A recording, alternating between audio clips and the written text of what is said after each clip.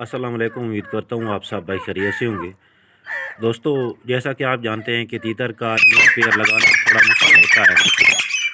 तो नया पेड़ लगाने के लिए हम बहुत से तरीके इस्तेमाल करते हैं।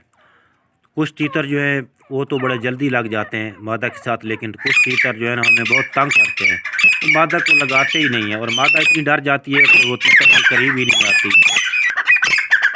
तो इस तरह का मसला मेरे साथ भी अक्सर आते रहते हैं। एक तो ये तरीका है पेड़ लगाने का जो कि आपको नज़र आ रहा है, लेकिन अगर आपका नर इस तरह कर रहा है जिस तरह ये मेरा कर रहा है, घूर रहा है मादी पे, ये तो असल में इस मादी पे नहीं घूर रहा, ये इधर तीतर पड़े हैं इनको ये ना ये देख के को घूर रहा है।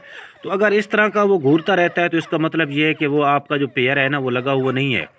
तो आप यूं ही उसको छोड़ेंगे नर को तो वो मादा को मारना शुरू कर देगा, जिसकी वजह से मादा बहुत डर जाएगी और फिर वो नर के आगे बैठेगी भी नहीं और नर के करीब भी नहीं आएगी। अच्छा, तो इसका बुनियादी तरीका तो यही होता है कि दोनों को आप अलग-अलग केजेस में रखें, अलग-अलग पिंजरों में। इस तरह पहले थोड़ा फासले पे रखें, जिस तरह ये मादी पड़ी है, ये नर पड़ा है। तो फिर जब आपको लगे कि ये नर अगर यहाँ पे मादी पड़ी होती है ना तो ये गुस्सा नहीं करता, तो फिर आप इसको बिट पिंजरे में रख सकते हैं। लेकिन इससे भी अगर बात आगे चली जाती है तो उसके लिए हमने क्या करना है वो भी मैं आप लोगों को दिखाता हूँ, जो आखिरी जुगाड़ है। क्योंकि ये मैं अपने जो है ना ये सारे हरबे जो जितनी भी ट्रिक्स हैं वो यूज़ कर चुका हूँ और आखिरी जो ट्रिक्स है उसको मैं यूज़ कर रहा हूँ। तो इसका जो दूसरा तरीका ये होता है कि मादा नर को आप सिंगल पिंजरे में बंद करके रख दें, मादा को उसी खुड्डे में छोड़ दें तो भी उसका डर ख़त्म हो जाता है। लेकिन अगर नर जो है आपका, कुछ नर ऐसे होते हैं यूं ही नर को आप खोलते हैं वो मादा पे हमला कर देता है। पहले हालांकि वो नॉर्मल हालात में खड़ा होता है बिल्कुल, अगर बिट पिंजरे में रखो तो भी वो मादा को नहीं मारता, लेकिन यूं ही आप उनको खुला छोड़ते हैं या मादा आप छोड़ते हैं तो नर जो है वो मादा पे हमला कर देता है। तो इसी तरह का एक नर है, मेरा भी यही कर रहा है। तो ये पेड़ है मेरा, ये देखें, ये तीतर को मैंने बांधा हुआ है, वो ईंट के साथ देखें, आपको ईंट नज़र आ रही होगी, वो तीतर को मैं बांधा हुआ है। तो ये मादा जो है अब इसके पास खड़ी है, तो 3-4 दिन हो गए तीतर को बांधे हुए। पहले मादा यूं ही तीतर को मैं छोड़ता था तो वो मादा जो है ना वो भाग के दूर चली जाती थी।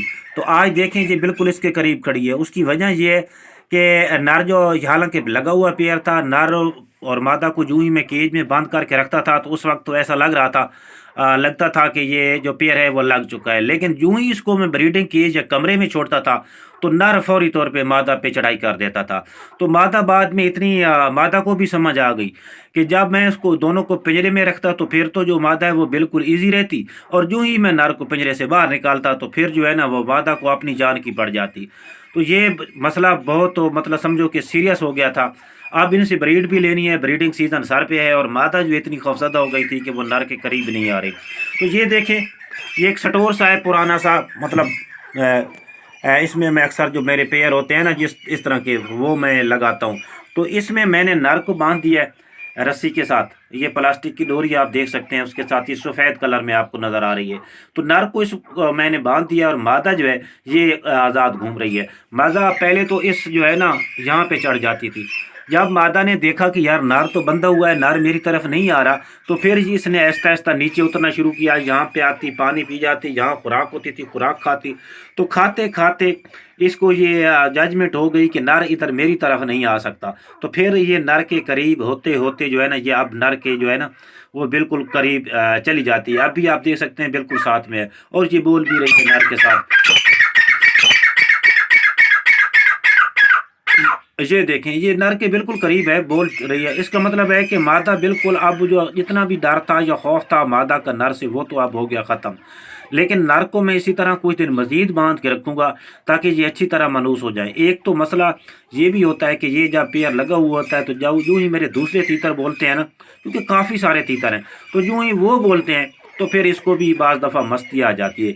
लेकिन यहाँ पे नर थोड़ा थोड़ा इसको क्रॉस करने की कोशिश करेगा, लेकिन चूंकि बंधा हुआ है तो इसलिए सही हो सकता है क्रॉस ना कर सके। तो मादा का यूं ही डर जो है वो ख़त्म होगा, नर का जो है उसके साथ थोड़ी सी दोस्ती हो जाएगी।